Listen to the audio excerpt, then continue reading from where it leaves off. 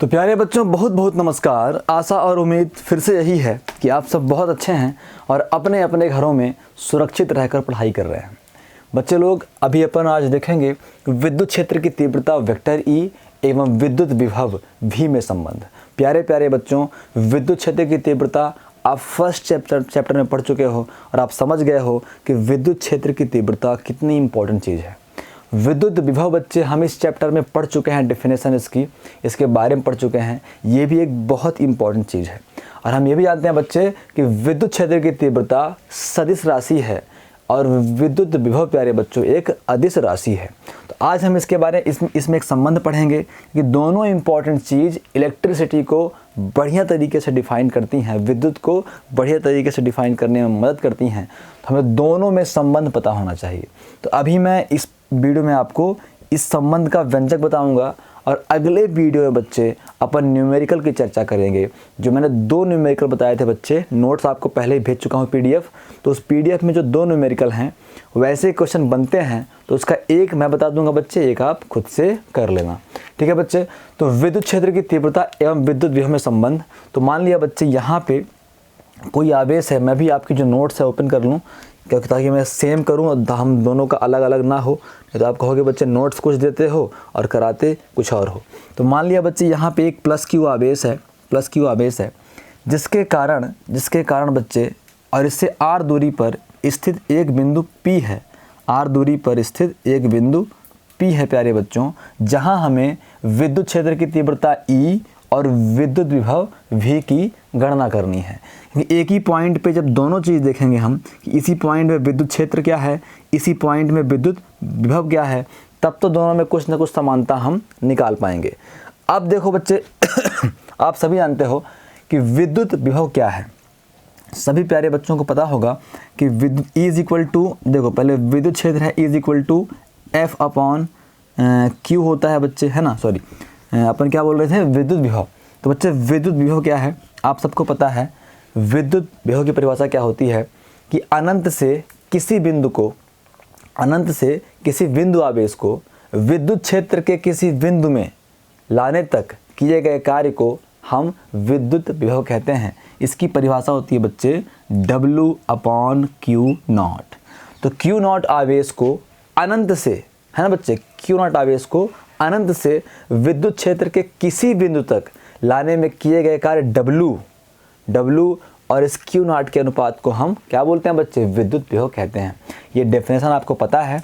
तो इसका मतलब ये हुआ बच्चे कि अगर किसी पॉइंट पे हमें विद्युत विभव निकालना है तो उस पॉइंट से हमें एक अनंत पॉइंट बनाना पड़ेगा। क्या बच्चे, एक अनंत बनाना पड़ेगा। मान लिया ये अनंत पर कोई आवेश है, इस आवेश को अनंत से बिंदु P तक लाने में जितना कार्य करना पड़ेगा वही विद्युत विभव होगा।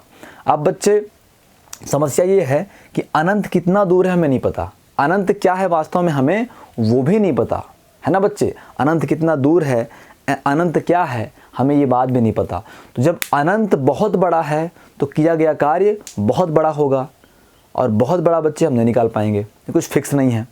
और यदि अनंत परिभाषित ही नहीं है तो किया गया कार्य भी परिभाषित ही नहीं होगा, तो नहीं निकाल पाएंगे। तो इसके लिए बच्चों हम 11th क्लास में भी आप करते थे, 11th क्लास की फिजिक्स में जब भी आप अनंत से किसी चीज़ को लाते थे, कोई चीज़ अनंत दूरी पर रखी होती थी तो उस दूरी को हम छोटे छोटे दूरियों में तोड़ते थे, अल्पांशों में तोड़ते थे, और फिर एक अल्पांश का कैलकुलेट करके अपन जोड़ के अनंत अल्पांशों का अनुमान लगा लिया करते थे। तो बस हमें वही करना है बच्चे। हमें यहाँ पे समझना है कि हम अनंत से आवेश को, प्लस Q आवेश को बिंदु P पर ला रहे हैं, तो उसी बीच मान लिया कि ये एक अल्पांश है AB बच्चे, है ना। अल्पांश क्या है, AB। तो यहाँ पे Q आवेश है, Q नॉट आवेश को अनंत से P पर लाना है। तो अनंत से P पर लाना हम परिभाषित नहीं कर सकते क्योंकि अनंत बहुत बड़ा मान होता है, बहुत बड़ा कार्य होगा। इसीलिए हम एक छोटा सा टुकड़ा देख लिए इनके बीच का कि B से A तक लाने में Q नॉट आवेश को कितना कार्य करना पड़ेगा।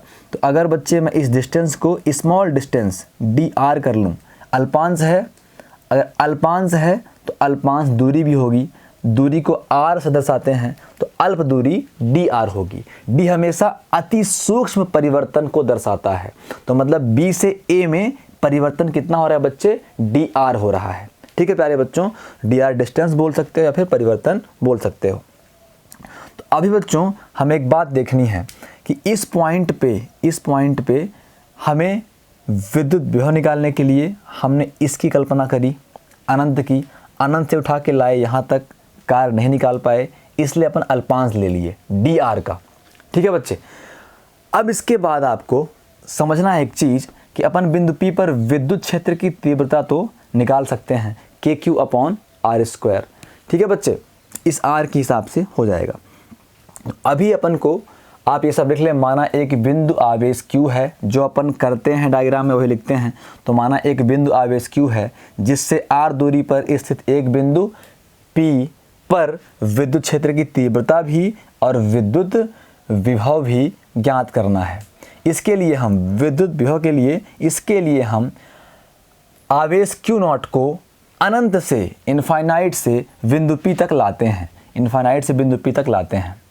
P से अनंत तक की दूरी को अल्पांशों में विभाजित करते हैं, अल्पांशों में तोड़ दिया, जिसमें एक अल्पांश dr है। मैं AB बोल सकता हूँ या फिर dr बोल सकता हूँ, क्योंकि AB को मैंने dr माना है। इतना प्यारे बच्चे समझ गए क्या? कमेंट कर दिया करें हाँ सर इतना समझ गए हैं, तो मुझे भी समझ में आया करे कि बच्चों को किस लेवल का समझाना है। ठीक है प्यारे बच्चों, तो अभी अपन आगे बढ़ते हैं। तो अभी अपन लिखेंगे परीक्षण आवेश, है ना बच्चे, परीक्षण आवेश जिस आवेश को अपन मानते हैं वो परीक्षण आवेश होता है। अपन Q0 को उठा के यहाँ ला रहे हैं तो हमारा Q0 क्या होगा बच्चे, परीक्षण आवेश होगा। परीक्षण आवेश Q0 को अल्पांश, है ना बच्चे, अल्पांश dr विस्थापित करने में, अल्पांश dr विस्थापित करने में किया गया कार्य।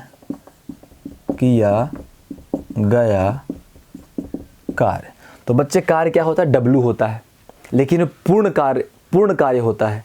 तो अगर मैं इनफाइनाइट से P लाऊं तो W होगा, लेकिन अगर मैं अल्पांश की बात करूं तो वहां अल्पांश कार्य भी होगा। तो W ना करके अल्पांश कार्य को अपन क्या कर देंगे बच्चों, DW कर देंगे। अल्पांश कार्य DW इज इक्वल टू, प्यारे बच्चों ये बताओ कार्य बराबर क्या होता है? कार्य बराबर होता है प्यारे बच्चों बल गुणे बल की दिशा में विस्थापन, है ना बच्चे। कार्य बराबर बल गुणे बल की दिशा में विस्थापन। ये सब प्यारे बच्चों 11th क्लास का है। कार्य को W से दर्शाते हैं, तो बल है बच्चे F, है ना, वेक्टर F, प्यारे बच्चों वेक्टर F इंटू बल की दिशा में विस्थापन, अगर विस्थापन क्या है बच्चे, वेक्टर R है, तो F वेक्टर R, ये बल की परिभाषा होती है। तो अभी बच्चे हमारे पास क्या है, हमें इतना विस्थापित करने के लिए, है ना बच्चे, R के स्थान पे अपने पास dr है, F के स्थान पे अपने पास F है। अपन क्या बोल देंगे बच्चे, vector F dot dr vector. अब प्यारे बच्चों क्या बोलेंगे, तो dw इज इक्वल टू हो जाएगा, हमें पता है 11th क्लास से, सिंस वी नो दैट कि vector A dot vector B हो तो ये होता है AB cos थीटा। तो प्यारे बच्चों यहाँ भी क्या हो जाएगा, FDR cos थीटा,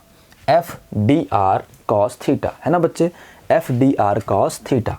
अब मुझे डेफिनेशन मिटानी पड़ेगी प्यारे बच्चों, आप सब अपने हिसाब से देख लेना। नोट्स मैंने बना दी है, इसीलिए मैंने पहले ही नोट्स भेज दी, और जैसे मैं पढ़ाता चलूँ अब वैसे आप उस नोट्स को अपनी नोट्स में उतारते चलो और बनाते चलो बढ़िया पॉइंट। ठीक है बच्चे, तो अभी देखो ये थीटा क्या होगा, है ना बच्चे। थीटा क्या होता है, यहाँ पे थीटा क्या होता है, अगर A और B का आप अदिश गुणा कर रहे हो तो ये थीटा होता है बच्चे A और B के बीच का कोण। तो F और DR का आप अदिश गुणा कर रहे हो तो थीटा होगा F और DR के बीच का कोण, है ना बच्चे। DR मतलब विस्थापन। तो बच्चे DR की दिशा क्या है बताओ, DR बच्चे इनफाइनाइट से इधर ला रहे हैं ना, मतलब बी से ए ला रहे हैं, तो डी आर की दिशा बच्चे ये है, डी आर की दिशा बच्चे इधर साइड है।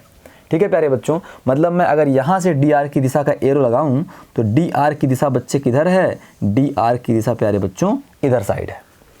और अब देखो बल F किधर लग रहा है, फोर्स F किधर लग रहा है।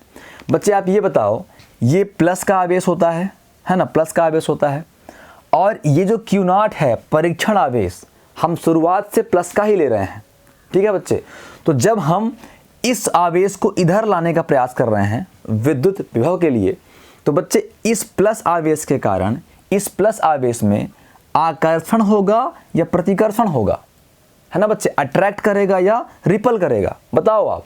ये भी प्लस, ये भी प्लस, तो ये वाला इसको इधर बुलाएगा कि उधर भगाएगा। प्यारे बच्चों, प्लस और प्लस में प्रतिकर्षण होता है। इसका मतलब इस प्लस क्यू आवेश के कारण इस Q0 आवेश पर प्रतिकर्षण बल बाहर की तरफ लगेगा। तो बच्चे जो F लगेगा, जो F की दिशा होगी प्यारे बच्चों, वो F की दिशा किधर होगी। अगर मैं बात करूं F की, तो इस F की दिशा प्यारे बच्चों, वेक्टर F की दिशा प्यारे बच्चों इधर साइड होगी। तो कहने का मतलब है वेक्टर F उधर लग रहा है एक ही लाइन में, है ना, एक ही लाइन में वेक्टर F उधर लग रहा है। वेक्टर F ये कर सकते हैं यहाँ पे, वेक्टर F बच्चे उधर साइड लग रहा है वेक्टर F, और वेक्टर dr इधर लग रहा है। मतलब दोनों की दिशाएं क्या हैं बच्चों, विपरीत हैं।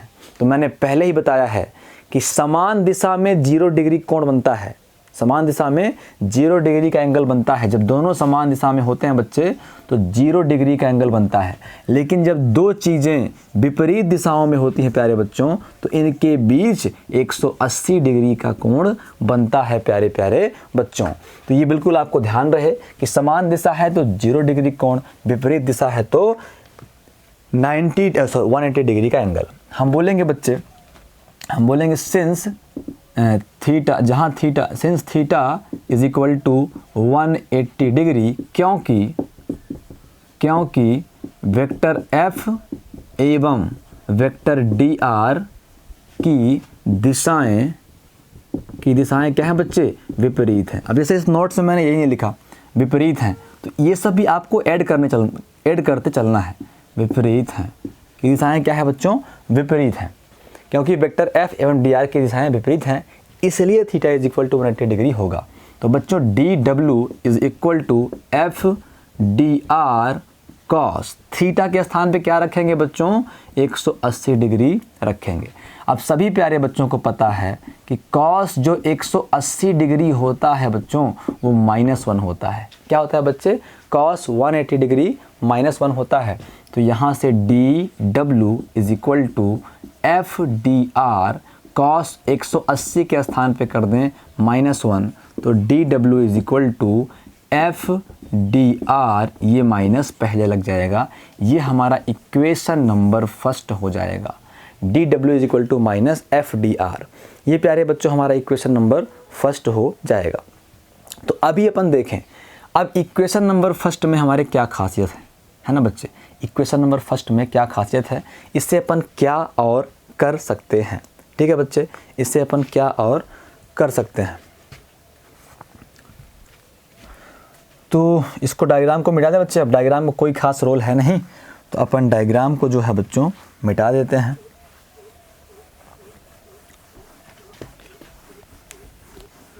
अब प्यारे बच्चों मुझे आप ये बताओ, आप जो चीज़ में संबंध निकालना चाह रहे हो उसका फार्मूला आपको याद है कि नहीं याद है। सबसे पहला चीज़ विद्युत विभव है ना बच्चे, विद्युत विभव। अगर आपको विद्युत विभव निकालना है, विद्युत विभव V इज इक्वल टू होता है, क्या होता है बच्चे, किया गया कार्य अब बटे आवेश। इस आवेश को अनंत से किसी बिंदु पर लाने में किए गए कार्य को विद्युत विभव कहते हैं। ठीक है बच्चे लोग, यह हो गया हमारा विद्युत विभव। अब हमारा विद्युत क्षेत्र की तीव्रता या विद्युत क्षेत्र जो है, विद्युत क्षेत्र की तीव्रता E क्या होती है बच्चे, वेक्टर E क्या होती है बच्चे, वेक्टर F अपॉन Q0 है ना, F अपॉन Q0। अभी अपन कहाँ पे आ गए हैं, अब सब आदेश में आ गया है, वेक्टर का ही नहीं है, तो अपन E is equal to F upon Q0। ठीक है बच्चे लोग, तो अगर देखा जाए तो इधर साइड किया गया कार्य है dw है, अगर इसके अपॉन में भी Q0 आ जाए और F अपॉन क्यू ई होता है। ध्यान से देखो बच्चे, W अपॉन क्यू नॉट क्या होता है, V होता है। तो अगर इधर क्यू नॉट का भाग कर दिया जाए तो ये V बन जाएगा, विद्युत विभव बन जाएगा। और फिर F अपॉन क्यू नॉट ई होता है, तो अगर इधर भी क्यू नॉट का भाग कर दूं मैं तो ये क्या बन जाएगा, E बन जाएगा। तो फिर अपन संबंध निकाल सकते हैं। इसका मतलब यहाँ से हमें, अगर डेफिनेशन हमको याद रहेगी तो यहाँ से हमें एक क्लू मिल जाएगा प्यारे बच्चों कि हमें करना क्या है, भाग किसका देना है। तो मैं लिखूँगा बच्चों कि दोनों पक्षों में क्यू नॉट का भाग देने पर, है ना, दोनों पक्षों में क्यू नॉट का भाग देने पर जाएगा डी डब्ल्यू upon q not is equal to minus f d r upon q not. फार्मूले के जैसा बना लें तो डी डब्ल्यू upon q not is equal to minus f upon q not, है ना बच्चे, एफ अपॉन क्यू नॉट ये होता है। तो डी आर को मैं यहाँ कर सकता हूँ। अब बच्चे यहाँ अपन बोल सकते हैं कि सिंस वी नो दैट विभव, है ना बच्चे, विभव V इज इक्वल टू होता है W अपॉन क्यू नॉट, एवं विद्युत क्षेत्र, है ना बच्चे, विद्युत क्षेत्र E इज इक्वल टू क्या होता है बच्चों, F अपॉन क्यू नॉट। अब ये भी शायद मैंने नोट्स में नहीं लिखवाया, ये चीज़ अगल बगल वाली चीज़ें, तो ये भी आपको नोट्स और ये सब आपको एक साथ करते चलना होगा बच्चे, तब जाके आपको मज़ा आएगा। नोट्स अपन क्या जल्दी जल्दी कर देते हैं, ठीक है। तो समीकरण के दोनों पक्षों में क्यू नॉट का हमने भाग दे दिया प्यारे बच्चों। तो अब यहाँ से मुझे क्या आ जाएगा, यहाँ पे इम्प्लाइज दैट लगा देते हैं, नहीं लगाना है तो रहने दो, लेकिन लगा सकते हो। तो अब क्या होगा बच्चे, डी डब्ल्यू, बच्चे W upon q not V होता है ना, पूरा कार्य बटे आवेश पूरा विभव। तो अगर डी डब्ल्यू है, अल्प कार्य है, तो अल्प कार्य बटे आवेश अल्प विभव, मतलब डी भी होगा। ऐसे बच्चे माइनस तो minus, F upon Q E होता है, तो E कर देते हैं और डी आर कर देते हैं, E कर देते हैं और डी आर कर देते हैं। तो ये हमारा इक्वेशन नंबर 2 बन गया। फिर से वही मिस्टेक मैंने इस नोट्स में करा दिया है बच्चे, इसको इक्वेशन नंबर 1, चलो वही कर देते हैं। इसको फर्स्ट किया है ना, इसको हटा देते हैं, इसको इक्वेशन करते ही नहीं है, रहने देते हैं, इसको अपन इक्वेशन नंबर 1 कर देते हैं। लेकिन नहीं तो आप लोग बोलोगे सर नोट्स में कुछ और करवाते हो, इधर कुछ और करवा देते हो, है ना। तो इसीलिए आप सब परेशान ना हो, आप सबकी परेशानी का मुझे बड़ा ख्याल रहता है बच्चे। अब देखो, अभी तो ये अल्प था, अब मैंने आपको पिछले चैप्टर में कई बार कराया है कि अगर अल्प से पूर्ण निकालना हो तो क्या करना है, बताओ कमेंट में, देखता हूँ किसको आता है किसको नहीं आता है ना। तो अगर अल्प से पूर्ण निकालना है बच्चे तो समाकलन करते हैं। क्या करते हैं बच्चे, समाकलन करते हैं। तो यहाँ पे मैं लिखूँगा संपूर्ण पथ के लिए, अभी तो केवल अल्प पथ के लिए था ना, तो लिखेंगे संपूर्ण पथ के लिए। तो संपूर्ण पथ के लिए लिखेंगे प्यारे बच्चों, तो बोथ साइड अपन को करना पड़ेगा इंटीग्रेशन। क्या करना पड़ेगा बच्चे, इंटीग्रेशन करना पड़ेगा। dv इज इक्वल टू, बच्चे इंटीग्रेशन है तो माइनस बाहर जाएगा, इंटीग्रेशन ई डी आर। अब बच्चे यहाँ पे एक समाकलन होता है, एक निश्चित समाकलन होता है। समाकलन का मतलब पूरे रास्ते का समाकलन, और निश्चित समाकलन का मतलब होता है कहाँ से कहाँ तक का समाकलन। तो बच्चे आप ध्यान दो, अगर तो हमारा जो रास्ता था इनफाइनाइट से लेके अपन कहाँ तक आए थे, इनफाइनाइट से लेके अपन P तक आए थे, R दूरी तक आए थे, है ना बच्चे। तो अपन यहाँ बोलेंगे समाकलन करना है इनफाइनाइट से R तक। कहाँ से कहाँ तक बच्चे, इनफाइनाइट से R तक। ठीक है प्यारे बच्चों, इनफाइनाइट से R तक। अब लिखेंगे यहाँ पे, तो अपने को क्या मिल जाएगा बच्चों, dv इज इक्वल टू, है ना, थोड़ा मिटा दें ऊपर। यहाँ तक बच्चों को समझ में आ रहा है कि नहीं आ रहा, पहले ये बताओ यार। मैं पता लगा पढ़ाई जा रहा हूँ। देखो मेरा जो मेन सब्जेक्ट है बच्चों मैथ है, फिजिक्स मैंने कभी पढ़ाई है नहीं, बहुत पहले पढ़ाया करता था, और 11th क्लास की फ़िज़िक्स ही पढ़ाया था उस साल भी। और 11th क्लास की फ़िज़िक्स थोड़ा आसान भी है, ये भी आसान है वैसे, अगर आप ध्यान दो, रिलेट करो तो 11th से बहुत कुछ कॉन्सेप्ट रिलेट हो जाते हैं। तो बच्चे अगर पढ़ने में मज़ा ना आ रहा हो तो बिल्कुल बता देना, ना तो मैं अपना समय बर्बाद करूँ ना तो आपका करूँ। अब मुझे अगर ऐसा लगता है कि अगर आप सबको पढ़ने में अच्छा लगेगा तो मैं फ़िज़िक्स का सिलेबस पूरा करा दूंगा, ये मेरी गारंटी है। लेकिन अगर आपको पढ़ने में मज़ा ना आ रहा हो, अच्छा नहीं पढ़ा पा रहा हूँ, आप कमेंट करके ज़रूर बोलना बच्चे, उससे मुझे पता लगेगा कि मैं आपका समय बर्बाद कर रहा हूँ या सही कर रहा हूँ। ठीक है प्यारे बच्चों, तो अपन फिर बढ़ जाते हैं आगे। तो संपूर्ण पद के लिए अल्प का समाकलन करो तो पूर्ण आ जाता है बच्चे। तो इंटीग्रेशन इनफाइनाइट टू आर, है ना, ई और फिर d r, infinite to r और ई डी आर। ये हो गया हमारा बच्चे एक। अब लिखेंगे पुनः समीकरण 1 से। समीकरण 1 से अपन कुछ और निकाल सकते हैं। पुनः समीकरण 1 से, ये हो गया हमारा विभव, है ना बच्चे। समीकरण 1 से हम कुछ फार्मूले निकालेंगे। उसी फार्मूले से बच्चे देखो, ये हो गया ना संबंध। बताएं क्या संबंध है? संबंध है बच्चे, विद्युत विभव जो है विद्युत क्षेत्र के समाकलन के बराबर होता है। विद्युत विभव जो है विद्युत क्षेत्र के समाकलन के बराबर होता है। V और E में संबंध निकाल रहे थे, मिल गया बच्चे। अब अपन समीकरण 1 से कुछ छेड़खानी करेंगे और कुछ फार्मूले निकालेंगे जो न्यूमेरिकल्स में काम आएंगे, है ना बच्चे। तो समीकरण 1 पहले लिखो क्या है। समीकरण 1 है बच्चों dV is equal to minus E d r, है ना बच्चे। यहाँ से कभी कभार विद्युत क्षेत्र की तीव्रता पूछ लेता है। मैं माइनस ई डी आर को, या फिर ठीक है माइनस ई डी आर को इधर लिख दूँ बच्चे, डी वी को इधर लिख दूँ। तो प्यारे बच्चों minus E is equal to हो जाएगा डी वी, ये डी आर अपॉन में आ जाएगा। ठीक है बच्चे, डी आर कहाँ जाएगा? अपॉन में आ जाएगा। ठीक है बच्चे लोग, आगे बढ़ते हैं फिर अपन। तो यहाँ से E is equal to minus d v upon d r. E is equal to minus d v upon d r. तो देख लो बच्चे, अगर आप मैथ्स के विद्यार्थी हो तो आपको एक बात पता है, अभी नहीं पता है, पढ़ाएंगे। अवकलन किसी का कर दो, अगर आपने किसी का अवकलन किया है फिर उसका समाकलन कर दो, अवकलन किया है समाकलन कर दो, तो वही क्वेश्चन मिल जाता है ना बच्चे। नहीं समझोगे अभी, कोई ना मैथ वाले ना बायो वाले। ऐसा करते हैं, इस तरीके से समझते हैं कि जो हमारा मतलब अवकलन और समाकलन लगभग दो विपरीत प्रोसेस हैं बच्चे, है ना। तो ये देखो, विद्युत विभव जो है विद्युत क्षेत्र का समाकलन है, विद्युत क्षेत्र का समाकलन है। विद्युत क्षेत्र जो है विभव भी का अवकलन है। बायो वाले बच्चे पिछले क्लास में 11th में अवकलन निकाले थे।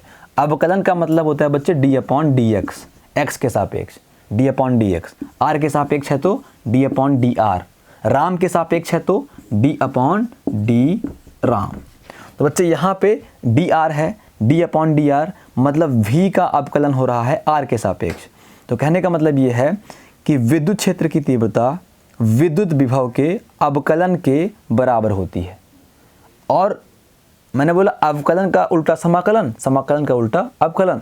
तो E V का अवकलन है और V E का समाकलन है। ठीक है बच्चे, तो ये फार्मूला अपन को बहुत इंपॉर्टेंट है। अपन ने ये पिछले साल पढ़ा था, एक ऋणात्मक प्रवणता पढ़ी थी, ऋणात्मक प्रवणता, है ना बच्चे। जब अपन ने वेग पढ़ा था, है ना, परिवर्तन की दर पढ़ी थी। तो प्यारे बच्चों इसे हम क्या बोलेंगे, ये कहलाता है हमारा ऋणात्मक। अपन वहाँ से रिलेट कर सकते हैं बच्चे, इलेक्ट्रिसिटी विद्युत क्षेत्र की तीव्रता को वहाँ के त्वरण से रिलेट कर सकते हैं बच्चे, है ना। तो ऋणात्मक विभव प्रवणता होती है ये, हमने वहाँ पढ़ा था ऋणात्मक प्रवणता। तो यह ऋणात्मक विभव प्रवणता, ऋणात्मक विभव प्रवणता। तो हम बोल सकते हैं कि जो विद्युत क्षेत्र की तीव्रता E है ना, अतः हम कह सकते हैं कि विद्युत क्षेत्र की तीव्रता, विद्युत क्षेत्र की तीव्रता E ऋणात्मक विभव प्रवणता, है ना बच्चे। अब ये भी क्वेश्चन नोट्स में नहीं करवाया मैंने। ऋणात्मक विभव प्रवणता आप ऐड कर लेना, विभव प्रवणता के बराबर होता है, के बराबर होता है, ऋणात्मक विभव प्रवणता के बराबर होता है। अब बच्चे इसको अपन कितने प्रकार से लिख सकते हैं, अपन ये देख रहे हैं। क्योंकि इसको कई प्रकार से लिखना ही हमें न्यूमेरिकल्स में मजबूत बनाएगा। अपना व्यंजक हो चुका है, लेकिन चाहो तो आगे इसको बढ़ा देना। ठीक है बच्चे, अपन ये बोल सकते हैं कि जो विद्युत क्षेत्र की तीव्रता वेक्टर E है वो minus d v upon d r के बराबर होती है। अब बच्चे भी जो है 2D में भी आ सकता है, 3D में भी आ सकता है। अगर कोई चीज़, है ना बच्चे, 2D में आ सकता है, 3D में आ सकता है। तो इसके लिए इसको अपन यही बोलते हैं डेल्टा, है ना बच्चे, क्या बोलते हैं अपन, डेल्टा माइनस डेल्टा भी बोलते हैं, या फिर इसको माइनस ग्रेडियंट, प्रवणता को बोलते हैं अपन ग्रेडियंट, तो माइनस ग्रेडियंट भी बोल सकते हैं। या फिर बच्चे हम इसको बोल सकते हैं minus d v upon d x i cap plus d v upon d y j cap plus d v upon d z k cap. जब अपन को सदिश रूप में दिया रहेगा बच्चे, आपने पढ़ा था कि कोई भी चीज़ होता है, कोई वेक्टर ए जो होता है वो तीनों से मिलके बना होता है, x i cap plus y j cap plus z k cap. ऐसे बच्चे भी को बोल सकते हैं v i cap plus v j cap plus v k cap. तो अपनी बात ई की है, तो अपन ई को बोल सकते हैं बच्चे, ई को बोल सकते हैं E x i cap plus E y j cap plus E z k cap, है ना बच्चे। तो वही चीज़ है, ये सेम चीज़ E x i cap plus E y cap plus E j cap ही लिखा हुआ है प्यारे प्यारे बच्चों। तो अभी आप समझ गए हैं विद्युत क्षेत्र की तीव्रता और विद्युत विभव में संबंध, ठीक है बच्चों। तो अपना ये लास्ट वाला व्यंजक आप यही कर लेना, ये वाला यहाँ तक ही करना क्वेश्चंस को, ठीक है प्यारे बच्चों। अगर आपको समझ में नहीं आया कि वेक्टर ई को ऐसे क्यों कर दिए, एक बार और देख लो बच्चे। Vector E is equal to, मैंने बोला d v upon d r है, d v upon d r है। तो अब बच्चे अगर अब मैं इसको वेक्टर से रिलेट करूं तो वेक्टर ई एक सदिश राशि है, तो जब मैं 2D वेक्टर में लूँगा, 2D वेक्टर में लूँगा तो vector E is equal to क्या आ जाएगा बच्चे, वेक्टर ई आ जाएगा प्यारे बच्चों ई x i cap plus E y j cap, ये सबको पता है। अगर 3D में लूँगा तो ई जेड के कैप, ठीक है प्यारे बच्चों। तो अभी आप ध्यान से देखो, तो अगर मैं ई एक्स निकाल लूँ तो ई एक्स क्या होगा बच्चे, ई एक्स हमारा हो जाएगा, है ना, अभी आर के सापेक्ष अपकलन हो रहा है, तो ई एक्स हमारा हो जाएगा बच्चों d v upon d x i cap, d v upon d x. E y क्या हो जाएगा, वाई के सापेक्ष अपकलन, तो d v upon d y. E z क्या हो जाएगा, जेड के सापेक्ष, तो d v upon d Z.